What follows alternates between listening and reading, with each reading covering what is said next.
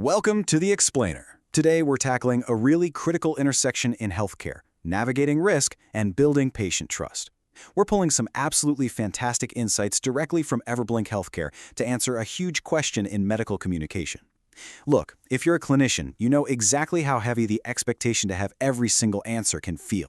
It's a lot, right? But what if the strongest sign of clinical expertise isn't actually having all the answers, but knowing exactly how to communicate when those answers are still, well, uncertain?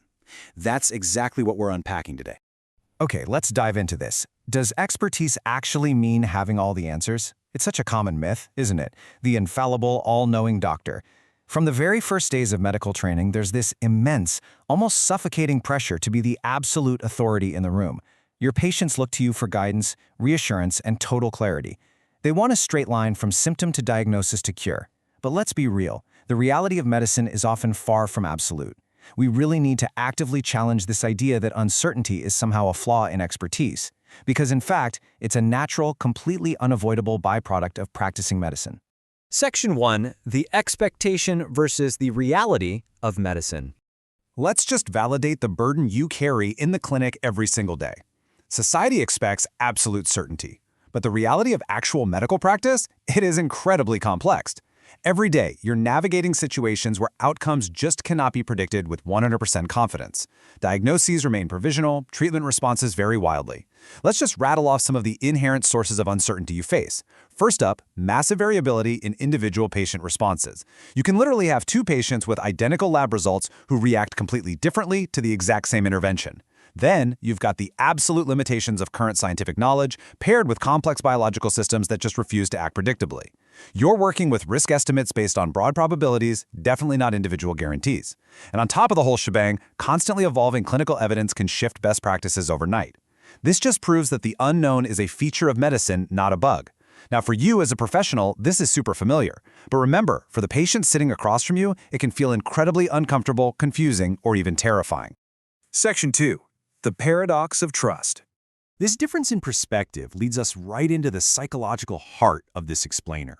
You know, many clinicians carry this deep-seated worry that if they just admit they don't know something, they're going to instantly ruin patient confidence. They fear that being transparent about uncertainty equals a total loss of authority. But research and clinical experience from Everblink Health Care suggests the exact opposite. Trust is not built by eliminating uncertainty. It is built by addressing it, honestly, compassionately, and effectively. Vulnerability actually creates a stronger human connection. Patients generally get it. They know medicine can't provide impossible guarantees. What they actually value is transparency, a clear explanation of exactly what is known and exactly what is still up in the air. The challenge isn't whether uncertainty exists, it's how we communicate it without sparking fear. And this brilliantly illustrates how trust grows. It happens when patients feel four distinct things, even when the path ahead is pretty foggy. First, they need to feel informed rather than overwhelmed, meaning curate the medical info so they get the crucial headlines, not some raw, unfiltered data dump that just spikes their anxiety. Second, they must feel heard rather than dismissed. When a patient expresses fear about the unknown, simply making eye contact and validating that fear, that builds immense rapport. Third, they need to feel supported despite those unknowns. They have to know you aren't abandoning them just because the diagnosis isn't immediately clear. And most importantly, they absolutely must feel included in the decisions affecting their care. They are true partners in the care plan, not just passive recipients.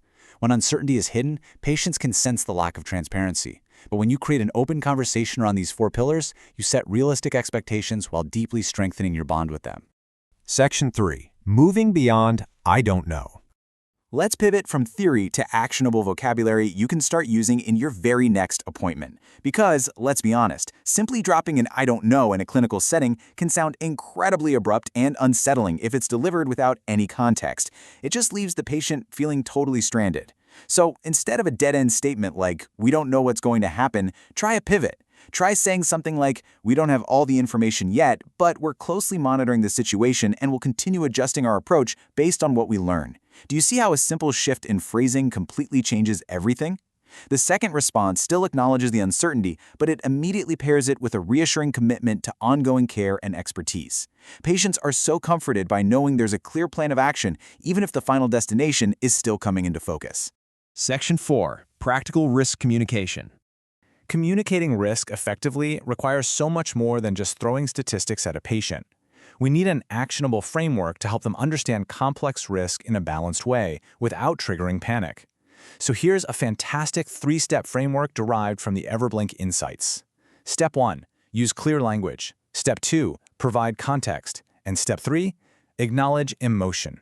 We are going to break down these specific strategies right now, showing you exactly how to implement each one to radically improve your clinical conversations. So the crucial point is swapping out that technical jargon for accessible language. Medical terminology actively creates cognitive barriers, especially during difficult, high-stress conversations. When a patient is stressed, their ability to process complex information just plummets. Instead of saying, prognosis remains uncertain, which, let's face it, sounds clinical, cold, and a bit alienating, try replacing it with, we are still learning how this condition may progress. It completely removes the barrier. Plain language explanations reduce confusion, lower the temperature in the room, and immediately improve patient engagement.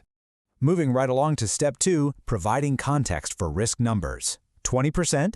Take a second and imagine how a naked 20% risk sounds to a terrified patient compared to how it sounds to, say, a statistician. To a statistician, 20% is a relatively low probability. But to a patient sitting right there in the exam room, 20% sounds like a 1 in 5 chance of absolute disaster. Percentages alone rarely tell the full story. A patient might interpret that number completely differently depending on their personal life experiences, their family history, or just their current emotional state. So here is exactly how you frame those statistics in a balanced way. When you provide context, you absolutely must explain not just the risk, but the likelihood of avoiding the outcome. You should use absolute numbers alongside percentages to make the math tangible. For instance, instead of just saying there's a 5% chance of a severe side effect, explain that out of 100 people taking this medication, 95 will experience no major issues at all. And you've got to relate those statistics to real-world understanding. This balanced framing is what actually supports informed decision-making. It grounds the patient in reality and prevents unnecessary, spiraling alarm from a standalone percentage. Now for Step 3, acknowledge emotion.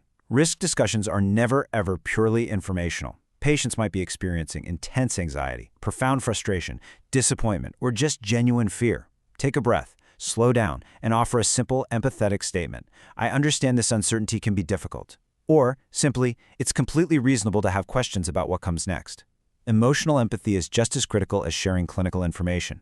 Helping your patients feel understood and supported matters just as much as the data you provide. As we bring this all together, remember this. Communication is a powerful clinical skill. Yes, diagnostic reasoning, surgical precision, and treatment planning are absolutely essential. But communication is the vehicle that delivers all of that expertise straight to the patient. You know, it's often said that people will forget what you said, but they will never forget how you made them feel. Your patients are likely going to forget the specific statistics and medical jargon you shared during a consultation, but they will always remember if they felt safe in your office.